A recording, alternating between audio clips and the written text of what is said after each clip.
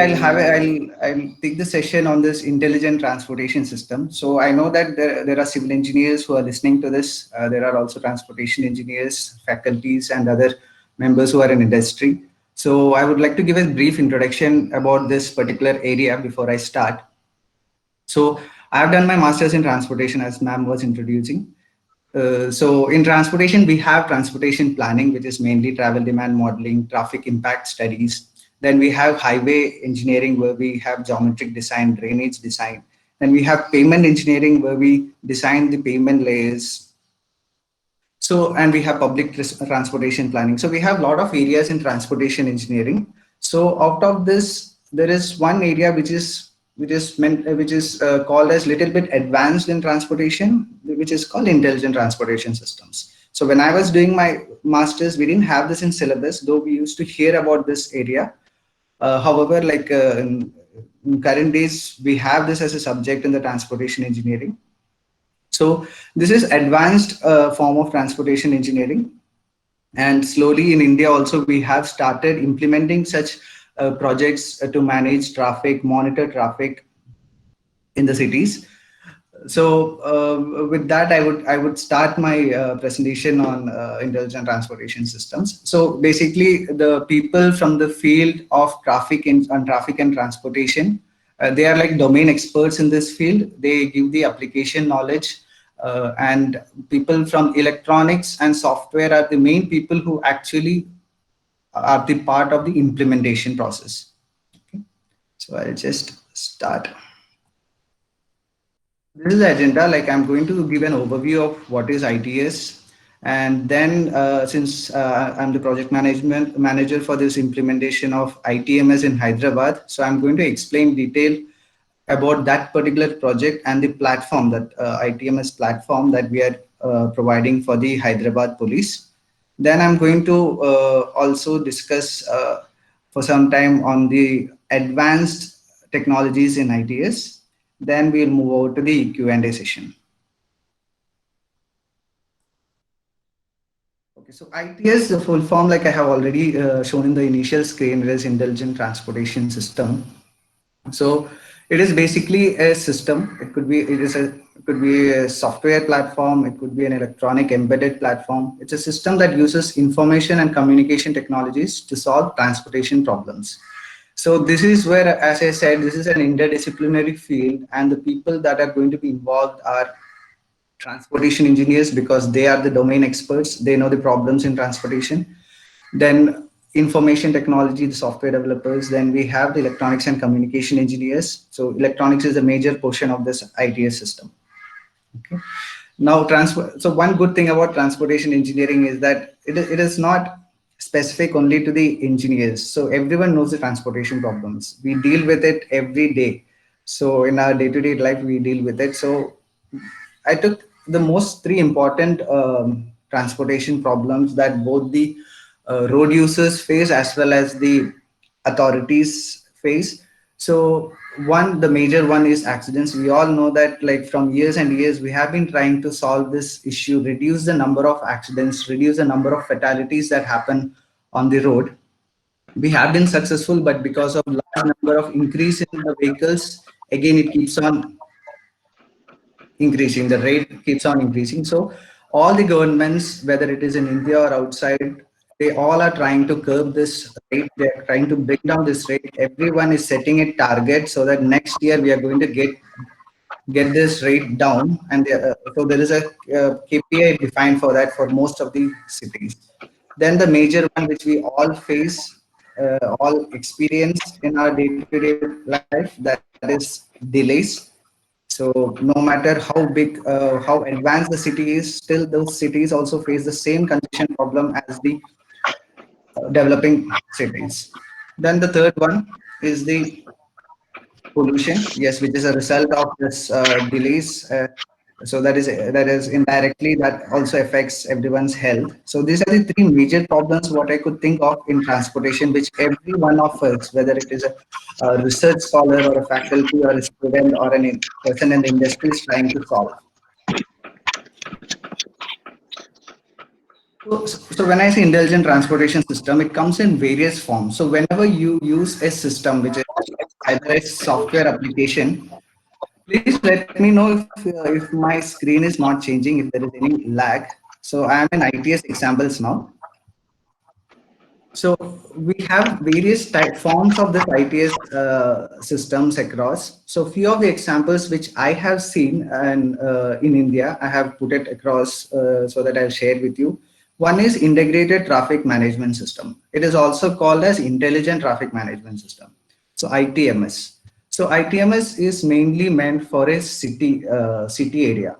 So in order to manage traffic from a control and command center, we have sensors and various other ITS devices placed on the field, and we have a lot of information that comes from various other government agencies. Using all this information from a particular control and command center, operators manage the traffic across the entire city. It's a very complicated process, but it is being done. It has started in India as well. So that is called integrated traffic management system, mainly meant for urban areas.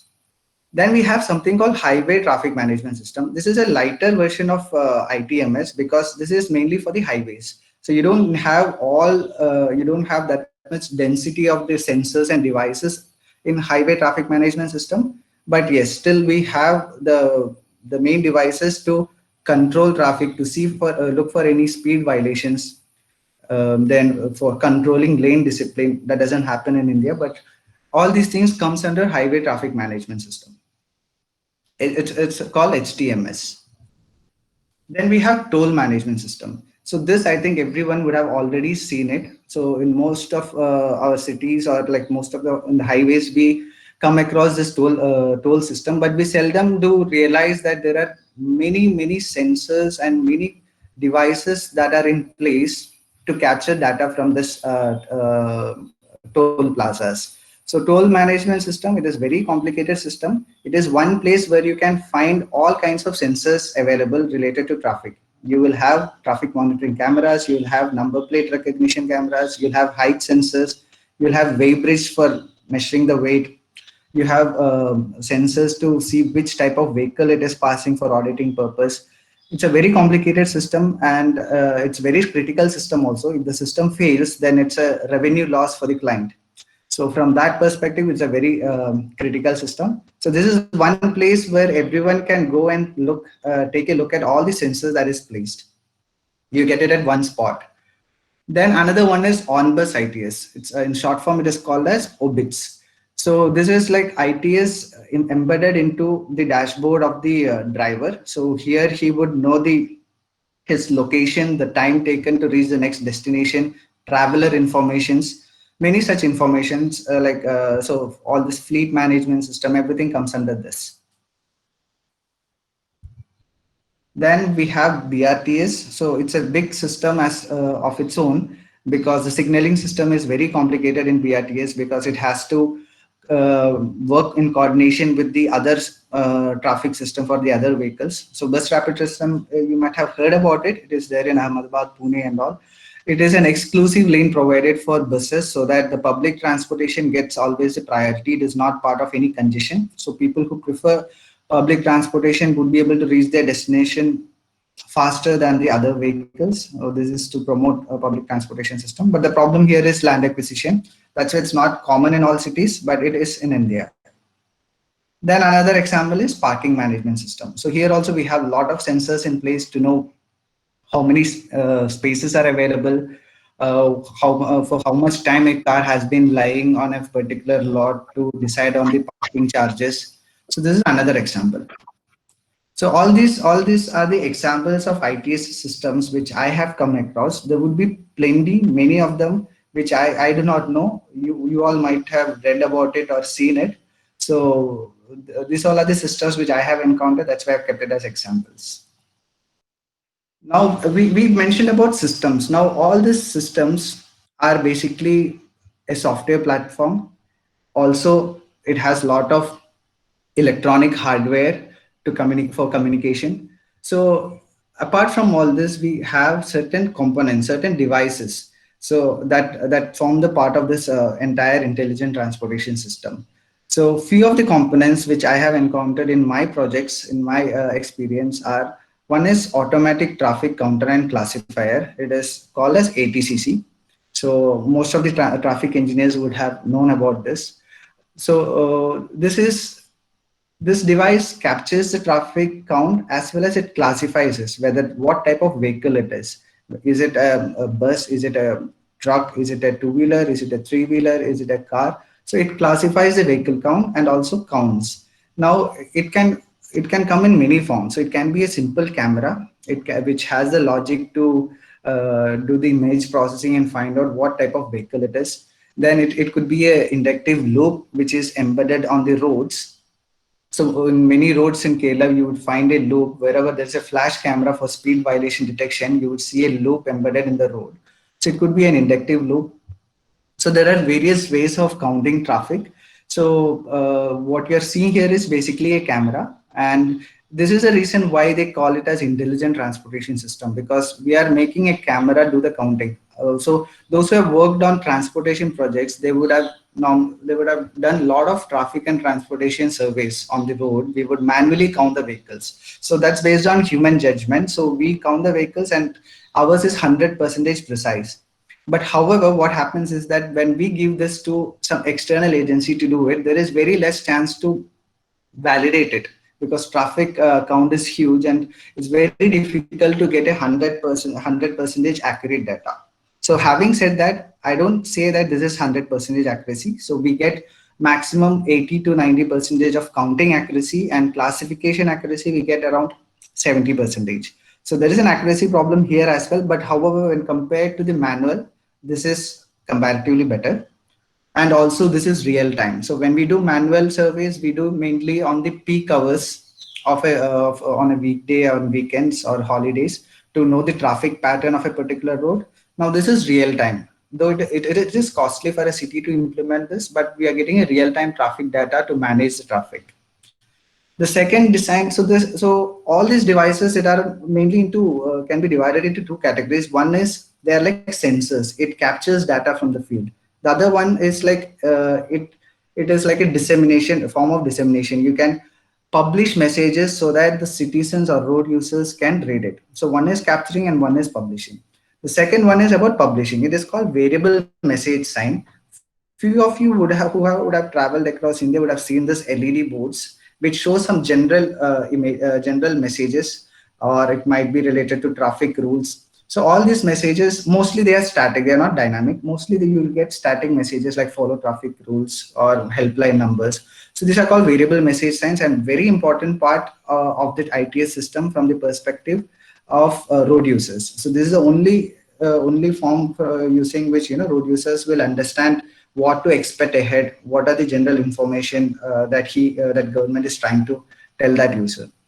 Then we have the traffic signaling system. Everyone knows about it. This is a very important component. There is no traffic management system without integrating with the traffic signaling system of that particular city.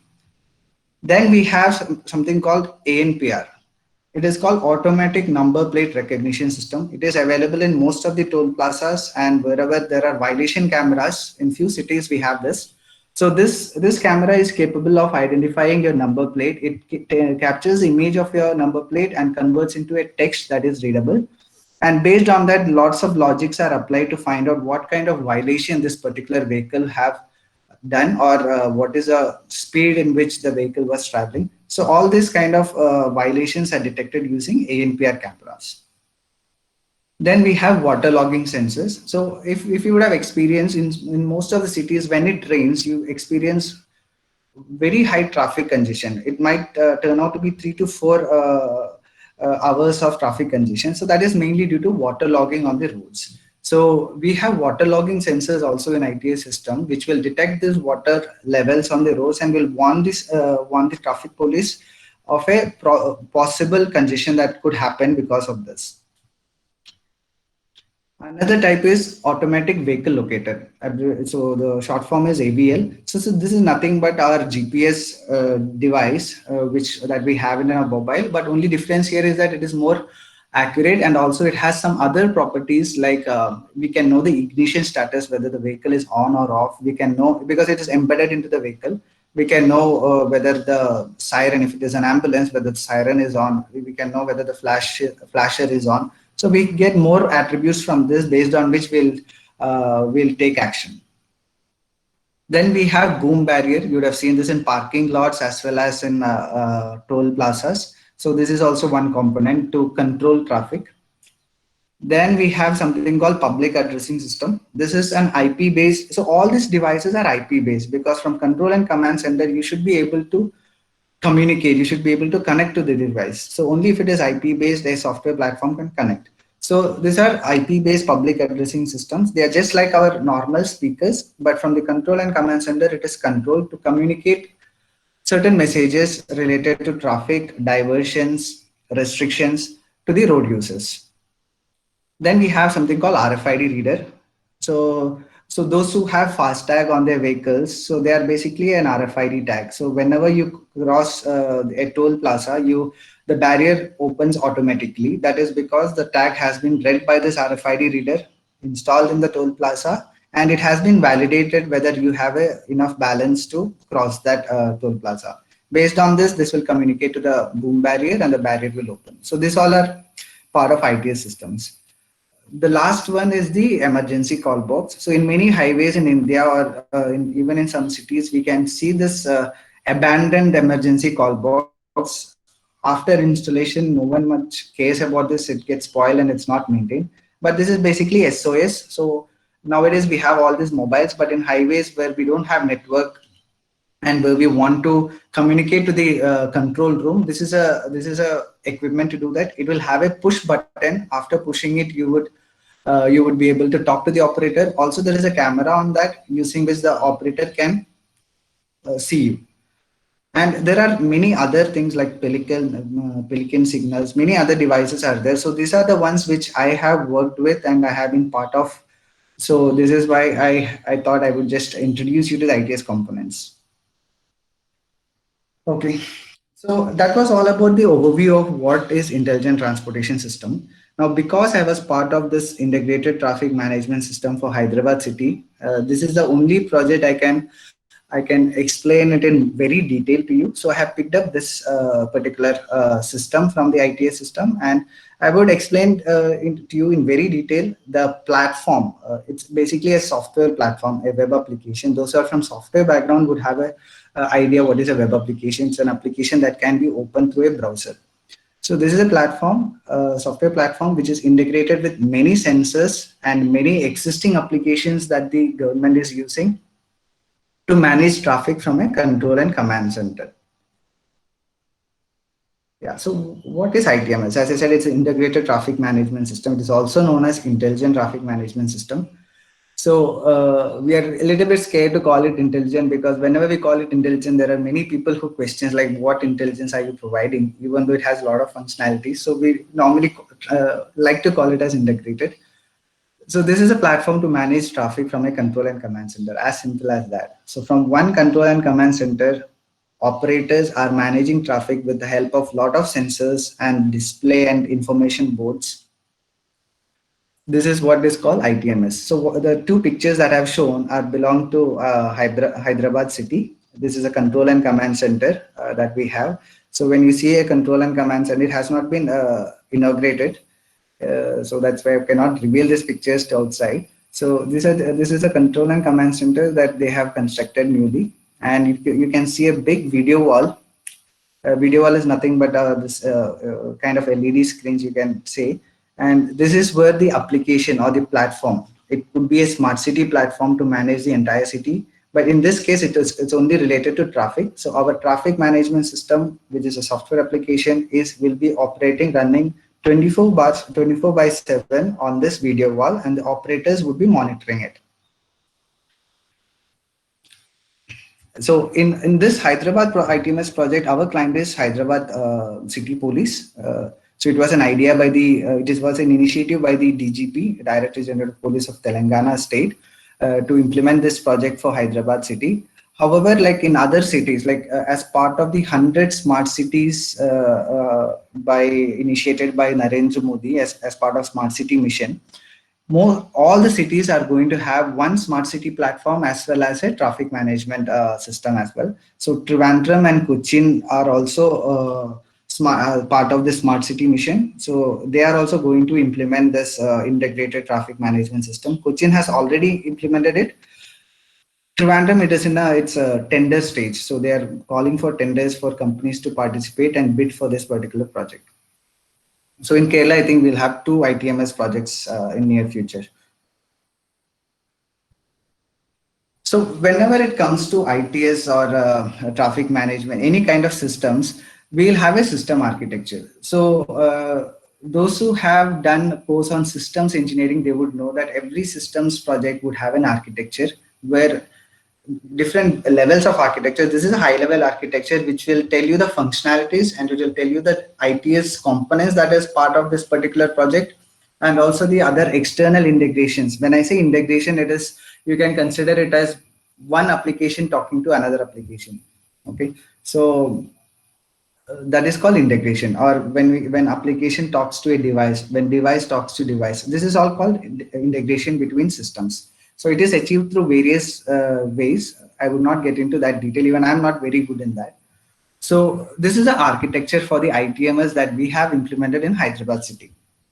So in the central portion that you see, they all are the functionalities of the ITMS platform. So this is provided by our company, IBA Group. So these are the main modules. I mean, what is the purpose of ITMS is, this will answer that. Then the left side, you see all the devices. So I had introduced you to many devices initially. So luckily, like in this Hyderabad project, I got to work with most of the devices in that list.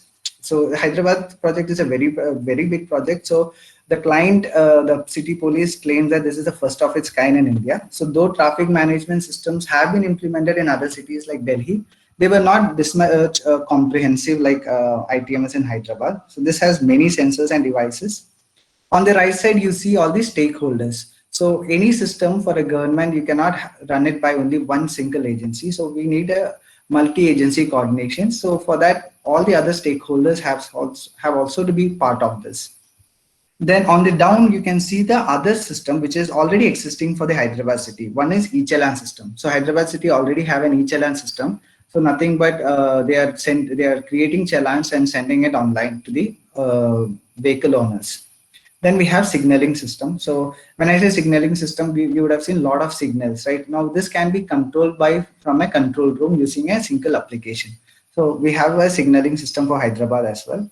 Then there's all the social media pages of Hyderabad police. So any kind of information, if the police wants to let the people know through social media, so this is the integration for that. Then we have mobile apps. So both citizen and traffic police will have apps to, traffic police will have apps to manage traffic, and citizens would have apps to know the information about what is happening in their city, what is happening in their route. So these all are the different subsystems, or what you say, components in the ITMS architecture. So I will just take you through each module, showing the screenshot of the ITMS platform that we have used in Hyderabad. Yeah, the first one is incident management. So this is the main functionality of this particular platform that we have implemented. So this is basically to manage incidents, whatever happens on the road that impacts traffic or incidents for us. So there might be a very terrible accident, it might in a building, but this is not an incident for us. As long as it doesn't impact the traffic, it is not incident. Whereas any kind of incident that impacts the traffic flow, that is an incident, and traffic control room has to manage it using this ITMS system.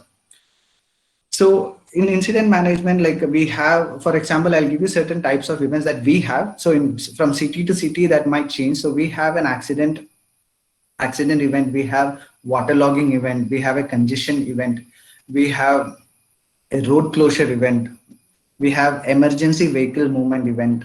So like that, we have both planned and unplanned. So planned is something you get to know priorly. For example, there is a VIP movement and you have to block traffic, or there is a ambulance movement or organ transfer for which you have to block the roads and facilitate its movements.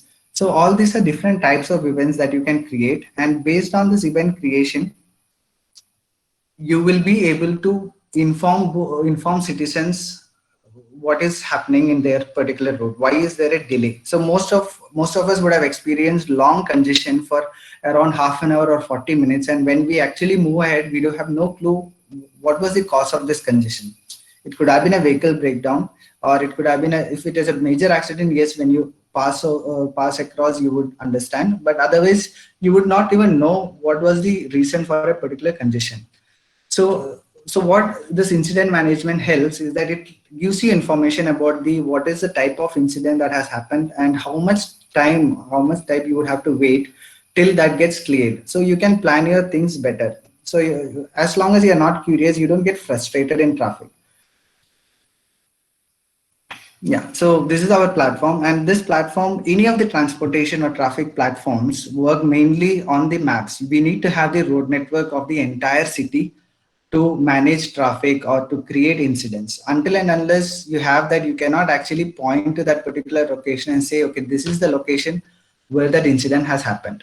Now, why we call this as intelligent is because whenever, for example, in the center of the screen, you can see a pin drop. That is basically to create an event. You can see 4 arrows that have come. So these are basically the direction of the traffic that will get impacted because of this particular event. And this direction is very important because let's say we want to publish this accident information on the variable message boards. We don't need to publish it on all boards. We need to publish on the boards that are upstream to this event, that I mean on the approach of this event, and only those few boards have within the limited distance we have to publish. We have to select those devices and publish. For this, direction of traffic matters a lot. If we publish to all the VMBs, it will be misleading for them. So we have to be very specific to which direction we have to specify. For that, we need to know the impact, I mean the direction of the traffic that is getting impacted. So we can there are provisions in this tool to give more details, like what is the severities of this event, what is the impact that it is causing to the traffic, what is the lane status, whether it is closed or it is open, whether it is partially closed or completely closed. So all these things matter when it comes to publishing message to citizens. For example, we are closing only one lane through the application, then the information that is going to be sent to the to the variable message signs are like, there will be a delay, but the traffic is moving, so expect delays. Whereas if it is completely closed, we would rather ask them to take a diversion. So all these messages are decided based on type and severity and the lane closure for that particular event. So that's why we say that system helps in doing this, so that there is the judgment is more better. After all, a traffic operator who sits on this application would have his judgment also. He knows the city well, so system will just help him to do it, but he will be the ideal person who will be taking decision what to do and what not to do. So in the center of the screen, you can see a small icon. This represents a type of event. It shows the color shows the severity, and there is an into mark which shows whether it is a confirmed, it's a genuine event. Normally what happens in a control and command center is that whenever such information incidents happen, what we do is that we dial 100, right? We call the police and inform. So dial 100 always has an operator to receive the calls, and if it is traffic, it gets diverted to traffic control and command center, and from there we gather the primary information, create the event. After that, we have to confirm using CCTV footage or information from the field officer whether this was a genuine information or not, whether it is impacting the traffic or not. So this is a example of what the system suggests to the road user, like an accident has occurred on so and so location and 3 lanes are blocked. So the entire message is not visible. This is a preview of it. When we publish this, all the system identify first the VMBs on which the message has to be published. After that, it also tells you what is the kind of message that it has to be published. So after this, the operator can edit this message if he feels something else needs to be added, or the existing message suggested by the system needs to be modified. So this is one form of informing the citizen, and this is a response plan. We call it a response plan. So response plan is informing about this event to 2 stakeholders. So when I say stakeholders, who are like who gets impacted by this. So the main two stakeholders in this project are, one is the traffic police, because they need to know the information, because they are the ones who takes action. Then we need to inform the citizens also, because they are the ones who are getting affected because of this particular event. So to citizens, we have the modes variable message board. We also have public addressing system. We have the social media integration to publish on the social media pages. We have citizens app to which also we publish this information. And to police, we have there is an app called PS Cop, which is specific to Hyderabad city. In other cities, they'll have their own apps. So to police apps also, we would send the information, and also we would send the by email and SMS to the traffic jurisdiction. So a city is divided into a lot of traffic police station jurisdiction, and it is also divided into law and order police station jurisdiction, but we are more concerned about the traffic police station jurisdiction. For example, Hyderabad is divided into 25 traffic police station jurisdiction. So where station housing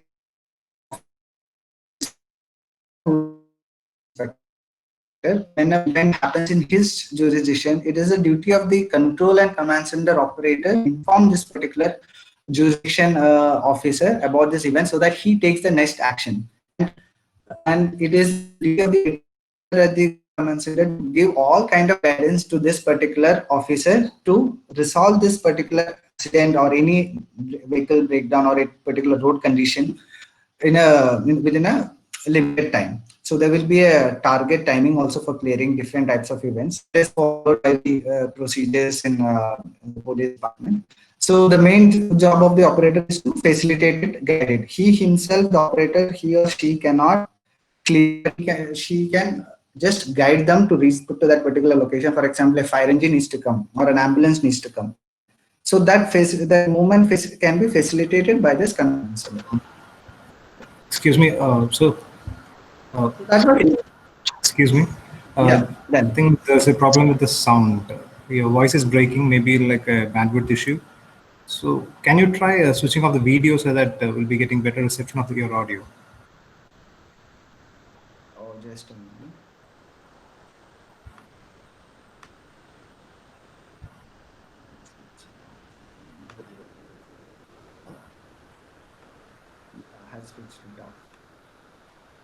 Is it better now, Daniel? Yes, yes. Now it's clear. The presentation is visible also. Oh. Yeah. Please do stop me if such things happen. Sure. Sorry It to happens interrupt. these days. Sorry to interrupt. Thank you. No problem.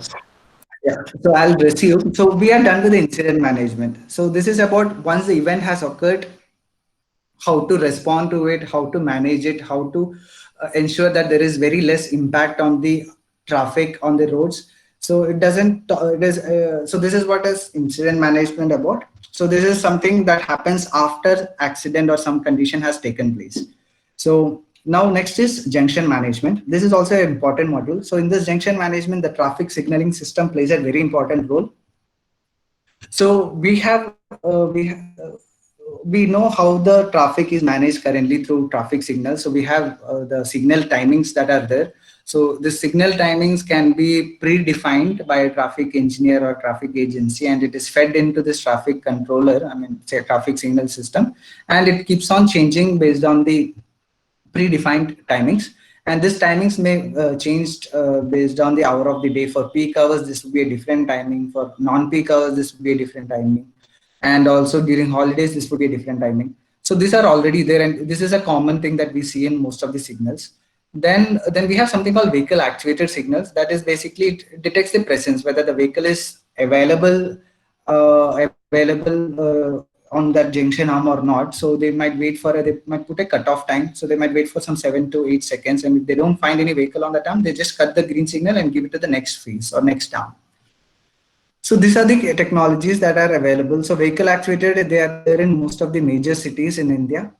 Then we have some advanced version in this junction management, which is called adaptive traffic control system. So most of the traffic engineers who are in research field and industry also would have heard about this. So adaptive traffic control system, it happens very real time. So I had mentioned about a device called automatic traffic counter and classifier. So in Hyderabad also, we have put it on all major junction arm approaches.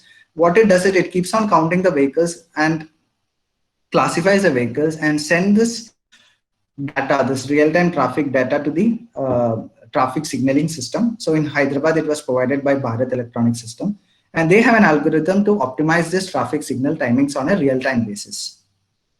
So they will ensure that this whatever optimization techniques that they are using, they'll ensure that the delay is minimum. Overall junction delay is minimum. So this system also is part of ITMS in Hyderabad, and it is they claim that there is a very good reduction, almost of 20% of reduction in delay in Hyderabad traffic after post implementation of this adaptive traffic control system. So, and this adaptive traffic control system is also going to come in Cochin as well as in Trivandrum also. So most of the smart cities that are going to have ITMS is going to have this adaptive traffic control system. So what happens when a traffic in Hyderabad and all, what we have seen is that though there is a traffic signal, they take into a manual mode, and it's a traffic police who stands in the signal who judges, okay, this approach has to be cleared in this time, and it is his judgment that matters. And at no point of time he can have a view of all the four arms, and he cannot assess what is the kind of delay the other approaches are going to have when he extends the green signal for one particular approach. So it is mostly on his intuition. So that's why when it comes to the systems has control over all the arms, and it knows what is happening, and it also has the information data about the next junction also, so that signal coordination also can take place. So suppose in our transportation projects, what we do is that we do a peak hour survey, and we decide what platoon of vehicles will get a green channel when that platoon moves from one signal to another signal. So in one direction, they always get the signal, they always get the preference to move. Now this happens based on a survey that we do, and it is not a real time. So in cities where they have this traffic counters, they can utilize this data and provide a better traffic signal coordination using this. So what you see all are the congestion or what you say, the junction congestion status across the city. So this is Hyderabad city, and through this ITMS platform, you can see which junctions are currently congested. It is real time. So they calculate a parameter called congestion index based on occupancies, and they give a color based on the different ranges of this congestion index. So when we see a red, so operator does not understand what is a congestion index. It's a traffic engineering parameter. So based on the colors, they will get to know, okay, this particular junction has, it will start blinking. So he'll know that, okay, this particular junction is getting congested. Now we need to address it. We need to see whether anyone is there on the field to verify whether this congestion is a normal peak hour congestion that happens on a daily basis, or whether it is a non-recurring. It is something which doesn't happen at this time, but it's happening. So before it gets worse, the police can go and address it. Because once it is worse in big cities, even the police cannot reach that location to resolve it. So that's why this ATCC sensors will give us a real-time information about the traffic, and by this we can monitor the condition, and also the operator can see whether the field officers have taken some action or not based on this color. So suppose the red changes into orange or to yellow, he knows that, okay, something has been done to address this issue. If it continues, that means he needs more force or more help from the control and command center. So this is like, that was a junctions view, city level view. This is one particular specific junction. You can see which arm is contributing to that congestion in the junction. So every arm will have an ATCC sensor, and that will give an indication what is the occupancy range in that particular junction. Based on this, we will get again into the incident management. We'll create a congestion event here and generate a response plan. So the upstream traffic would get an information on the variable message board that, okay, there is a congestion, so there is a delay expected here. And if there is a diversion available for them, to those traffic, they would say, please take an alternative route or a diversion, so that they can bypass this particular congestion point. Now, this is a place where traffic engineers or transportation engineers comes into picture. So as I said, it's all electronics and communication and software involved here. But however, the placement of this traffic sensors, this only is a traffic engineer or civil engineer who knows about traffic can do this. The placement is very crucial because we need to even measure the queue length. we need to do a queue length survey at this approaches and decide what is the maximum queue length that can come on this approach. It is based on this queue length we decide where to place our cameras, because the cameras will have a field of view and it has limitation. So it cannot keep on measuring to very far. So what we do is that we take it very away from the junction, and so that the maximum queue length is captured. So this placement of this particular sensors, the placement of variable message signs. So only a traffic engineer can see that, where to place this variable message board. We can't place it randomly, because we are saying that take a diversion, and if there is a very minor road that is available there to take diversion, and if every vehicle turns onto that road, then that road gets congested. Okay, so this is why a traffic engineer is required, who understands this traffic city pattern, who knows the capacity of the roads. Only they can suggest where these devices have to be placed. Once the devices are placed, so that is called ITS design. Before implementation, we have a phase called ITS design. So where you get all the drawings, AutoCAD drawings of the placement of this particular sensors, devices, so that we will know whether it actually helps in the solving the traffic problems. So as I said, it is a real-time traffic counter. So we get to know the traffic trend in real time. We get the average of past all historical data. We get the current data. So the black line that you see is the current data. All the other lines you can see 24 hours. That is either a lifetime high. Lifetime high is in the sense that from the time we have installed the sensors, what is the lifetime high we have ever experienced. And we have the average data as well. This is a vehicle classified count for the last 15 minutes. Always you can go and verify, like why is there sudden increase in congestion? Is it because there's a lot of buses, transportation buses that have come suddenly, or is it because of a lot of cars? So based on the classified volume, you can just have an assessment. This is all for information purpose. We don't use it because our main functionality is to send this data to the traffic signaling system and optimize the signal timing. So this is all just for information purpose. Okay, so the another module is traffic routing. So this is very important from the perspective of emergency vehicle movement. So as I said, there was a device called automatic vehicle locator. So as part of every project, there is a particular number of devices that comes under the project scope. So in Hyderabad, they had released 25 devices initially in the phase 1 to see how it will perform. And these devices would be given to both VIPs and VVIPs, and also the emergency vehicles like ambulance or fire engines. So what happens is that this device, as I said, this will keep on giving on real time the location information about this particular vehicle, also the siren and flash information also. So we define the routes here by giving an origin and destination. And based on this, the traffic supervisor, who will be a circle inspector, who already knows about this particular emergency vehicle movement, he will decide the route in which this particular movement has to take place. So he will cover all the junctions through this movement. And whenever this vehicle approaches within 200 meters of any junctions, it will automatically get a green signal, which is called green channel, providing green channel or green corridor. So this is a traffic signal priority system. So you get priority over other vehicles because it's an emergency vehicle movement. So this is also part of this ITMS platform.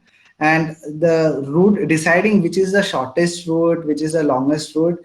Here, the only disadvantage we have is that we don't have real-time traffic information, just like Google data. So we have not integrated with Google because the client didn't want the Google to integrate with a foreign company like Google. But that is actually important for any traffic management system. Knowing the current condition, real-time traffic condition, is very important. So currently we miss that. We have only historical travel time data from MapMy India, which is an India-based map providers. But however, that's not real time. So that is one disadvantages we have.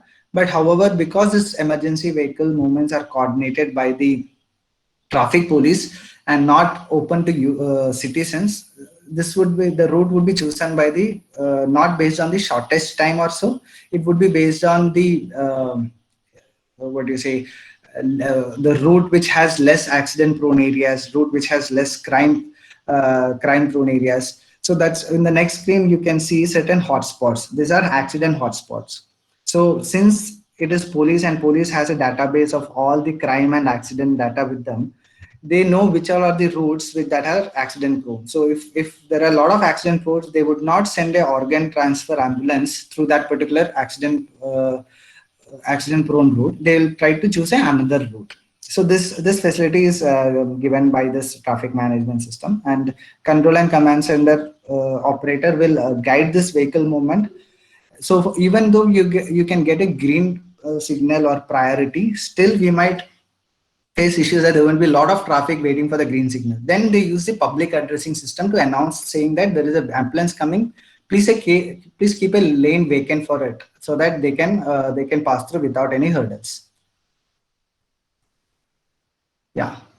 Now comes to violation management. So this actually helps us to capture violations. So currently the violations are captured either by some cameras, people monitor through cameras and provide e-challans from the system, or the police have a special drives on the roads. They stop the vehicles, check for any violations, or they take photographs of in cities. This is very common. At every junction you can see traffic police with cameras. They take photograph of all the violators, whether it is a signal jumping or it's a without helmet or stop lane crossing onto the zebra crossing. So all these violations are captured manually through photograph, and at the end of the day they download these pictures and they review all the photos and see what is the type of violation and which vehicle has crossed. So they have to manually enter the registration number and issue an e-challan for that particular, the current owner of that vehicle, based on RTA details. So this is what it happens currently. So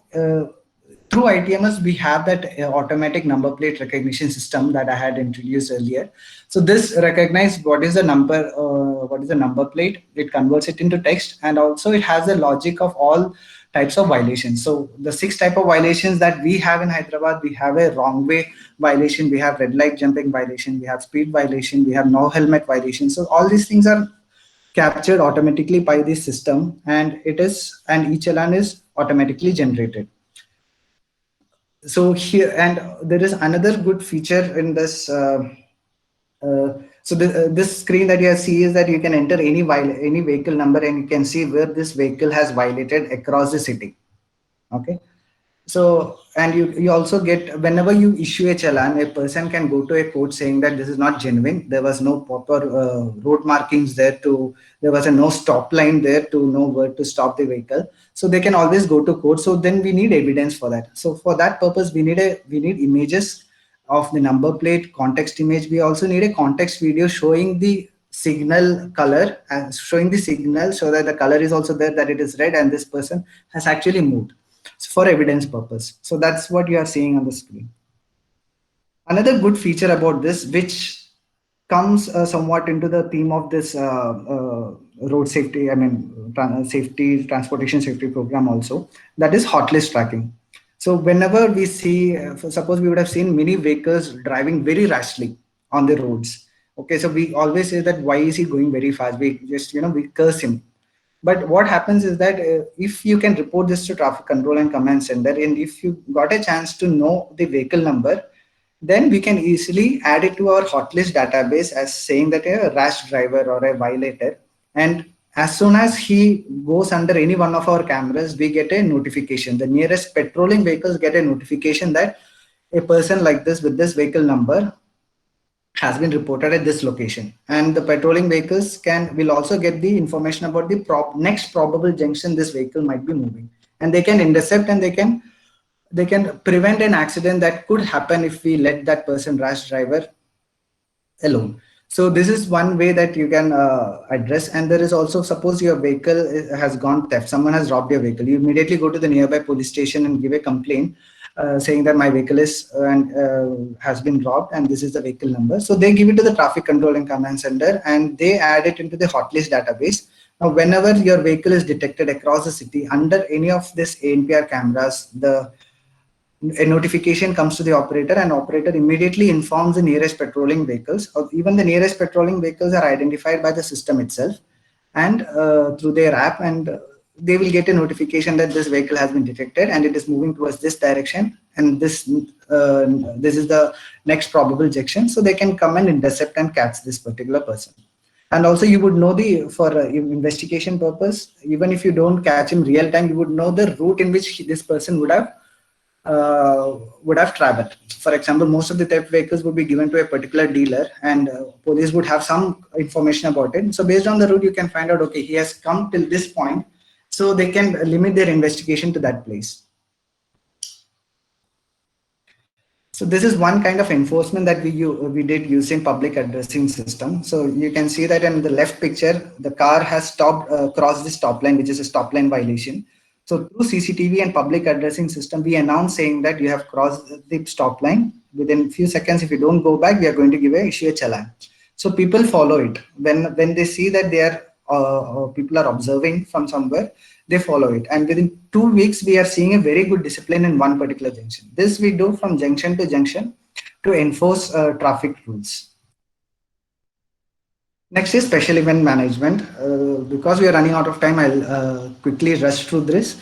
So we would know that certain events like a cricket match or a procession or a big rally that happens in our cities or towns, and whenever that happens, there's a lot of traffic restrictions, traffic diversions that happens that are implemented by the traffic police. So they normally put a barricade saying that road closed towards this, because of this, please take diversion, those are going. So instead of this, flexes or printouts, we'll publish the messages on the variable message signs. But the main important thing here is that we are using something called VISIM software. So traffic engineers would know about this. It's a simulation software. So what we're doing is that whenever such events happen, we get to know priorly that, okay, this is going to happen on so and so date. So what they do is that the traffic police will always have many schemes with them. So every year they implement one scheme, and the next year they try to improve, because based on the past year, they will know that it didn't work out well. This diversion plans or closure plans did not work out well, so we need to improve. So some senior officer gives another idea based on their experience, and they implement that one. So only after implementation, they get to know whether that was a good one or bad one compared to the last year. So what we are doing is that we are giving them a platform, which is a simulation platform that has the complete traffic pattern of the city as well as the entire road network. So whatever schemes they want to implement, they first simulate it using the system, and they evaluate which one is the best one based on the overall delay that the vehicles are going to experience. So they need not implement and then find out the result. Before implementing, they can evaluate, rank particular scheme, and then implement it. So that is the benefit of the special events. This is a simulation software user interface. Yeah, these are the simulation results that you get. For each scheme, you get the overall delay, what is average speed. Based on this, police can take a decision, because police might not understand the simulation results. We are giving them an interface to understand or take a decision which scheme is a better one, and they'll implement it. So even if tomorrow a media questions like, why did you do such a stupid thing, they'll know that it is from a scientific effort. So no one will question them. Next important module is traffic business intelligence. So we have, as I said, we have a lot of data that is coming to this platform from the different government applications, our traffic sensors. So majorly we have 3 types of data coming. That is, one is accident data from the police department, then is violation data from the NPR cameras and the e-challan system. Then we have traffic data coming from traffic sensors. So we have a lot of data. Every traffic engineer or transportation engineer knows the importance of data.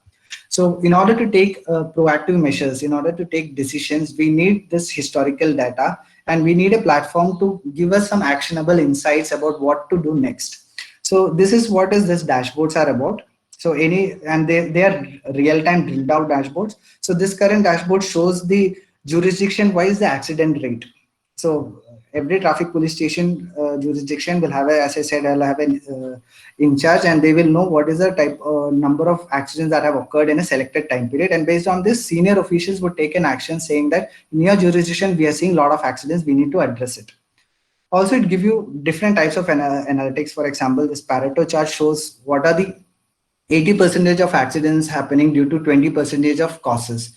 So if we can address to this 20% causes, we can reduce the accident rate a lot. So this kind of lot of analytics are available based on the data. So you all know that once we have the data, we can play with it. We can, make wonders out of it. We can prevent a lot of things. So that is all about this traffic business intelligence. Same case with the violation also, on which day, what type of violations occur more at which locations. All these details are available in this platform. So when it comes to violation, there is a risk in it. Why? Because like when you say that one jurisdiction is having a lot of violations, it might be because they are doing a very good job. They are always on the ground and trying to capture violation, or it might be that they're not at all doing any job because of it. There are a lot of violations captured by the system. So it could be either way.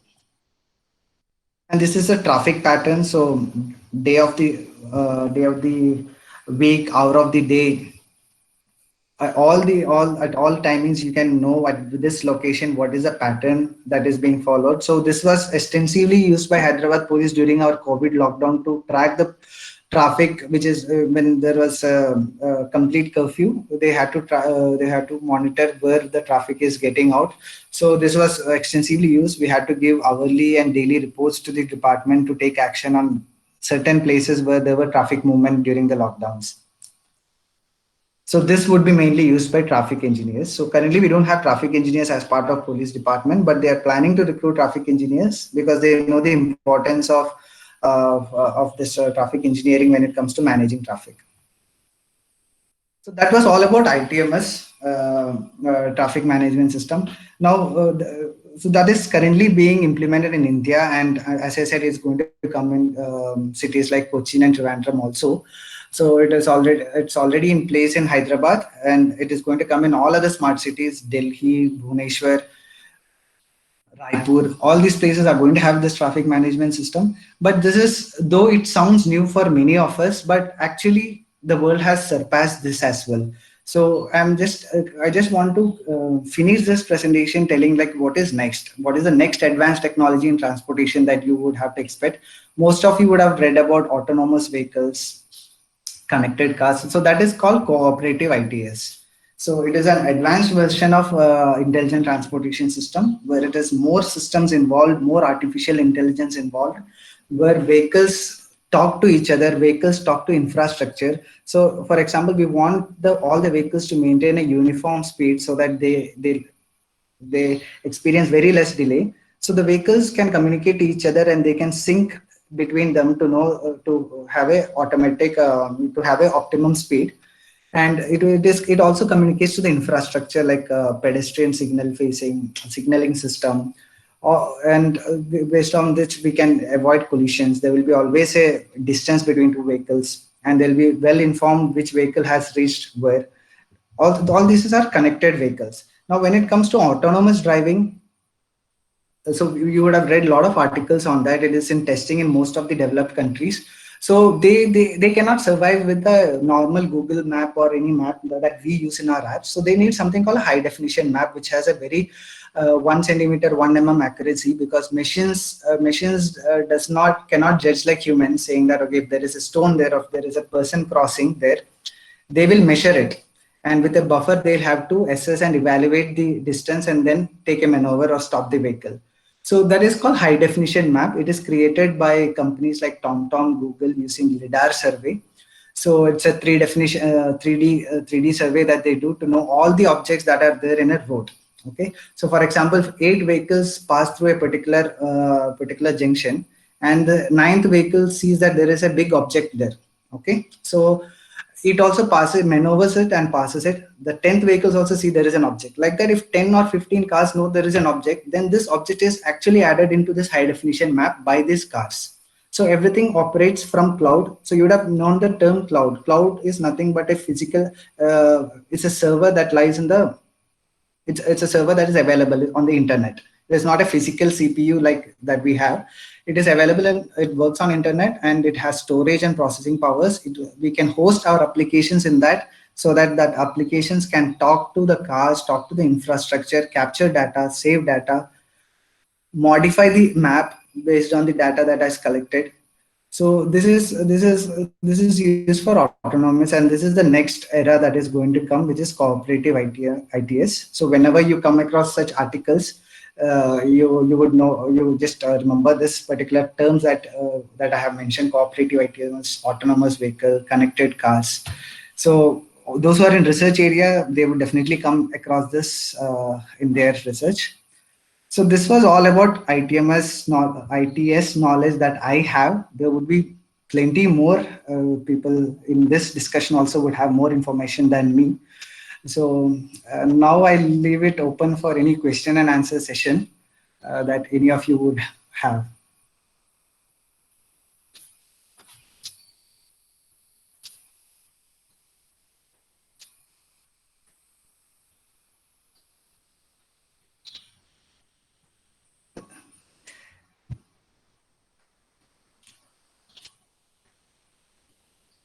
So any doubts you want to, any information that you want to know about this particular systems that are being implemented in India, you can just ask me.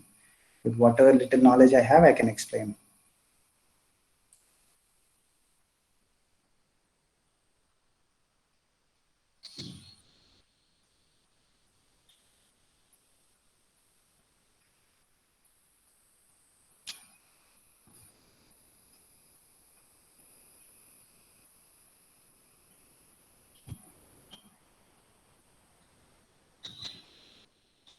Okay. Daniel, I don't think anyone has a questions. Either people have not understood or people don't have questions. The thing is that someone is some messages are coming in the chat box. Can you see it? Okay, okay. Okay, just a moment. Let me go through the chat box. Because the participants are in a mute state. That's why they are submitting it as message. Oh, got it. Okay, okay. Let me go through them quickly. Okay. Okay, there's a question from Carol Vergis. In the post-COVID scenario where there is a chance of most of the trip makers opting for a private transport, will the ITS stand as a major player in dealing with traffic-related problems? And will this system be economical if at all implemented? Please give your insight based on experience. Okay, thank you, Carol, for that question. So, as I said, during this COVID period, we had used two modules of ITMS to manage traffic and enforce them. So, one is the traffic monitoring module, what I was mentioning. So, using this, we were able to get an idea of how much traffic is being moved in particular places of the city. So, if there is a higher movement, then the police go to that place and monitor them, and try to explain to them that there's a lockdown period and you cannot move around for unnecessary reasons, so they take action on it. Another thing is that they created a new violation called COVID-19. So whenever they see a vehicle moving beyond two detections cameras, which is maybe placed 3 kilometers apart, they issue a challan on that vehicle. That means the vehicle has traveled enough, so more than the required distance. So they issue a challan saying that it's a COVID-19 violation, and a challan is issued. So this is how we have used the system to help this COVID circumstances. However, to answer to your questions, in future situation where this COVID still prevails, this would after the post lockdown as well, we would be monitoring the traffic movement, because we know the type of the vehicle that is moving as well. So we will be monitoring them, and we will see what kind of restrictions that we can put on the traffic in order to manage the high traffic movement. So that is what is the plan that is going on. Before implementing that violation or law, they would monitor the traffic for some time, and if it is going beyond the control, they would definitely have a restriction of it. I hope I have answered your question. And you have also asked whether this system will be economical. So it depends. It depends on the city to city. For example, all the cities have applied for the smart city mission, and most of the cities have gotten in different stages. So based on the smart city fund, they will utilize this fund to implement a traffic management system. So that way it is practical. With respect to Hyderabad, they have not relied on the smart city fund. They had their own funds to utilize, and it cost, for a city like Hyderabad, it costed approximately 104 crores to implement the system. So for Trivandrum, it is going to cost around 85 crores. So I think because of the smart city fund, cities are capable of doing it. But when it comes to the major towns or very small cities, there we would have to have a lighter version of traffic management system because they would not have the enough budget for this. So a simple, traffic signaling system, some variable message boards to inform the citizens about the things happening on the road. I hope I have answered your question, Carol. I'll move on to the next. Voice is not clear. I'm sorry. I can't do anything about it now. Can you see about the same software? Uh, uh, I think that's a very big module, and I am not very confident of telling much about it. So I can give a general idea about it. It's a simulation software, and it's a micro level simulation, meaning even every vehicle movement is monitored and controlled in this particular software. So for example, like we want to close a particular road for a construction purpose, or we want to create a new bypass for a particular congested road. Now, how do we know that what is the impact of this new construction, or impact of introducing a new bypass? How do we know before even constructing? Construction is a huge cost. After construction, if you get to know that this project is of not no use, then it's a too much loss of money. So we can simulate the traffic. We can try to create an Indian traffic scenario in simulation software and try to simulate and evaluate, okay, whether this holds good, whether this new initiative is better or not. How do we plan the other traffic diversion measures based on this particular construction during this construction phase? All these things can be done using the simulation software, and the results can be analyzed and taken, and decision can be taken. It will just help you to take a decision. Okay, you'll get to know more about this. I think online you have a lot of materials, and even I don't know how to do a simulation modeling using the same software. We have other traffic engineers. I never got a chance to work on it till now. Okay, traffic congestion index. Can you brief about it?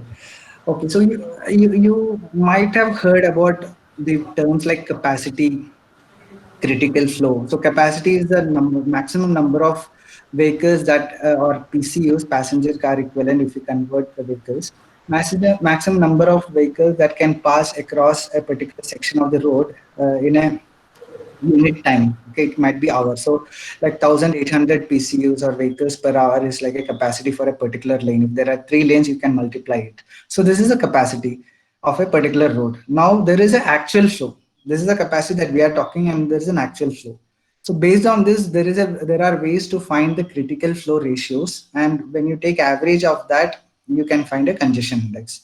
I do not know the exact formula for it, but this is how we are calculating. We try to find the occupancy or the critical flow ratio of each arm, and based on all the critical flow ratio of all the arms, we try to find a congestion index.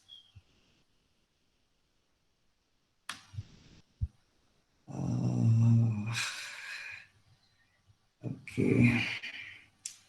Okay, another question on traffic congestion index by Sharat. And will the ITS implementation cause any extra burden on taxpayers? So it is, Carol, it is already on taxpayers. So whatever smart city fund that is happening, whether you like it or not, it comes from taxpayers, and it is going to be part of all the smart cities in future. So it would be coming.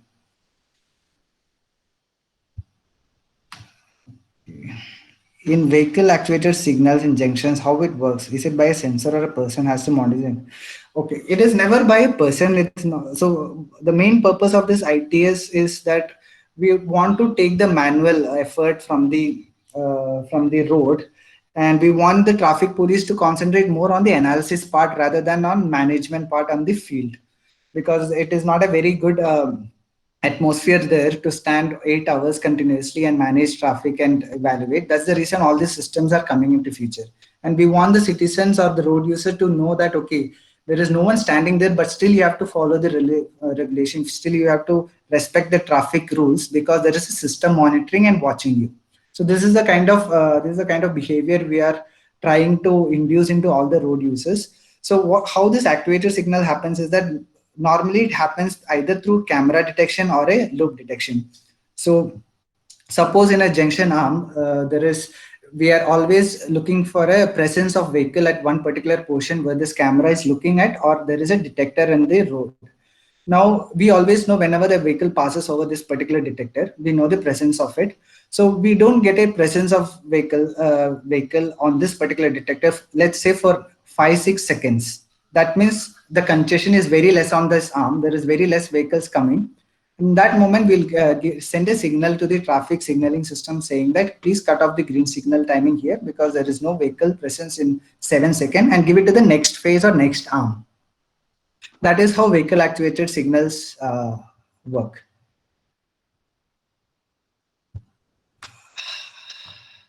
I hope I answered you, Sujay. I think that is it. Questions from all. Daniel, I think you can conclude the session. I would like to thank each one of you for patiently listening to whatever I have. If you feel that there are some discrepancies in what I have presented, or some problem or some issues in the data I have presented, you can just let me know if something I have presented it in a wrong manner, because all this have come to me from my experience in this Hyderabad project. So definitely there might be some flaws in it. Thank you, everyone. Thank you, sir. Santosh, there is a few more questions coming in. If you can spend a few more minutes on it, it will be Yes, helpful. yes, yes, yes, I can have. Okay, yeah, there are more coming. So, Naveen Prakash, sir, should we not give more importance for analysis of road construction and their properties rather than to manage system? Okay, so the reason why these systems are coming into picture, Naveen, is one is that we want more safety, because when it comes to systems, they analyze and assess traffic better than manual decision. And second is that road construction is not always feasible. When you take an urban area like city, you cannot widen the roads beyond a limit, because there will be a lot of land acquisition issues and there is a lot of limitation to it. So because of this, what happens is that we want to optimize the traffic flow using the existing city road infrastructure without constructing new roads or new flyovers. That's where city system comes into picture, and that's where the city authorities, development authorities, make a trade-off. They compare the cost benefit between implementing new flyover or an elevator corridor against having a system to manage it, optimize it, and reduce the delays. So that's where system comes into picture. So when it comes to highways, yes, you have land to acquire. You can widen the roads from 4 lane to 18. But when it comes to city, it is very much constrained, and there are a lot of limitation when it comes to being on the infrastructure. I hope it is answered. I'll move to the next question.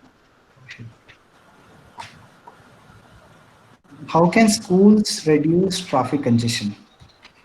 Okay, it's a tough one.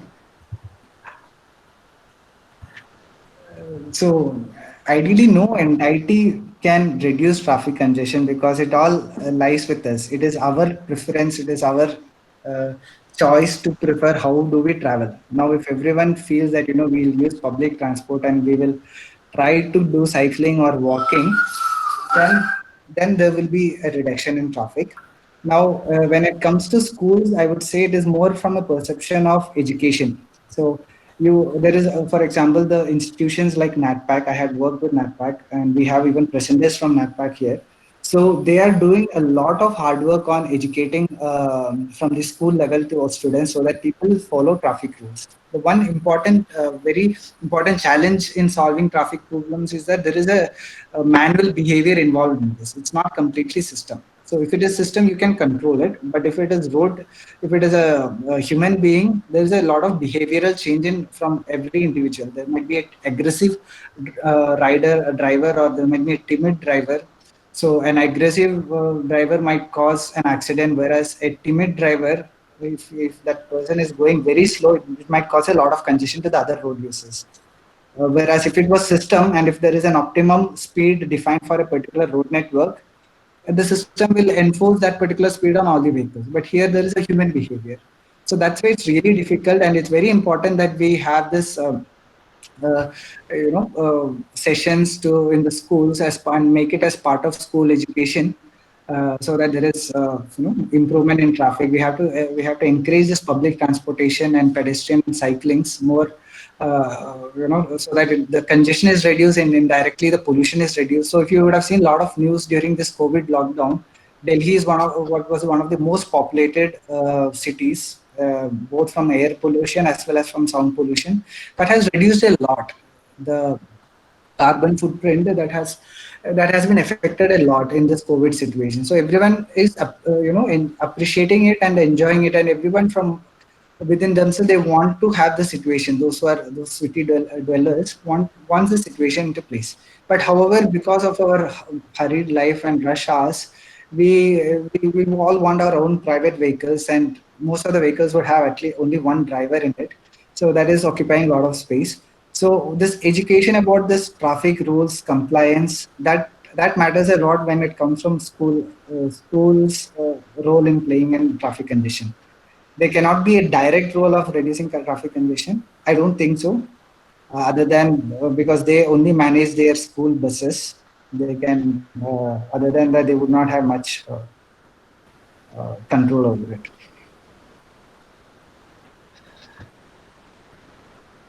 Okay. Naveen, at what extent we should use private vehicles? I think we should use public transport as much as possible. Naveen, you're perfectly right. So most of our transportation planners, we always tell us that we have to switch over to public transportation and go to the non-motorized traffic, both for our health perspective and reducing the congestion. However, there is some role responsibility from the government also when they are imposing this particular traffic rules. What happens is that until, for example, there are metro rails available in most of the cities. Until and unless we have proper feeder services from metro stations to go back to their local places, people would not use it because they will have to take their private vehicle, struggle for a parking in the metro station, then use the metro.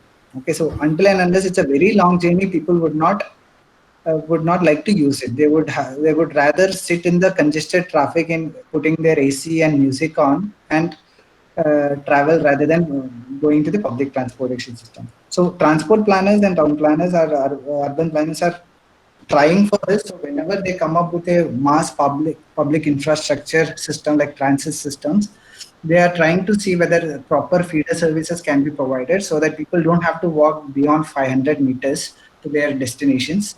So this is coming into picture, and slowly it would come when people would realize that this traffic congestion is a frustrating thing for both mental stability. They will slowly come. I've seen that most patient people also getting angry when it comes to a traffic block or a traffic accident. People lose their temper all the time. So yeah, slowly we would move into it, but we cannot say. We have been telling that from few years. Uh, Angel Sebastian, may I know about some ITS applications in Cochin? So in Cochin, we have adaptive traffic controlling system being provided by Keltron. You would have heard about Keltron from Kerala. Then we also have a variable message board. We have this ANPR cameras for violation detections. I think these are the main components. I don't know whether public addressing system is there, but these are the major components that Cochin is going to have. But the number will be, for example, if Hyderabad is having 88 devices, here it would be little few. Based on the budget, they would scale down all these devices strength. And once they feel that this is successful and it's important for the city, they will slowly take it up in the next stage. Don't you think there is any hindrance to patronizing the public and due to this pandemic?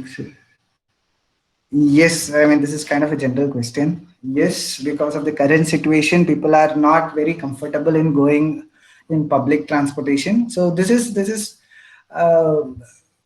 not very ideal situation to propose any transportation plans or tell some ideal scenarios of transportation planning. So this is a particular case where we have to deviate from our normal transportation approaches because this is a pandemic situation and we cannot ensure that 100 percentage ridership in all the public transportation modes. So here there is a small deviation, and I am sure this transportation researchers are trying to find a better solution how to have this balance between public and private traveling to accommodate the situation. Okay, so that was the last question that I'm seeing from Sharath KP and all.